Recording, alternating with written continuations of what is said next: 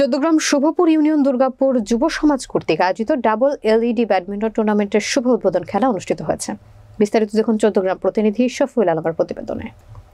বিভিন্ন আয়োজনের মধ্য দিয়ে জাঁকজমক আনুষ্ঠানিকভাবে মাদকমুক্ত সমাজ গড়ার লক্ষ্যে কুমিল্লা চৌদ্দগ্রাম উপজেলার শুভপুর ইউনিয়ন দুর্গাপুর যুব সমাজ কর্তৃক আয়োজিত ডাবল এলইডি ব্যাডমিন্টন টুর্নামেন্ট আয়োজন করে দুর্গাপুর যুব সমাজ সংগঠনের যুবকরা।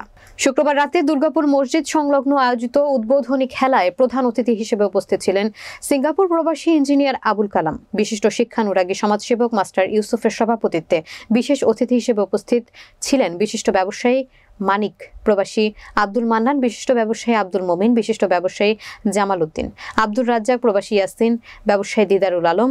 আয়োজিত খেলাটি পরিচালনা করেন বিশিষ্ট শিক্ষানুরাগী মোহাম্মদ শাহিন আলম জীবন।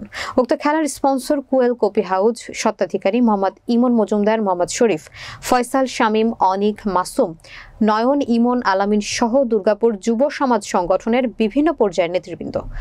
আয়োজিত অনুষ্ঠানে অতিথিবৃন্দ খেলার পরিচালনা কমিটির সকলকে ধন্যবাদ জানান এমন একটি খেলার আয়োজন করার জন্য। অন্যদিকে দুর্গাপুর যুব সমাজ সংগঠনের সদস্যরা জানায়, বর্তমানে অধিকাংশ যুবকরা মাদকের সঙ্গে ঢুকে যাচ্ছে।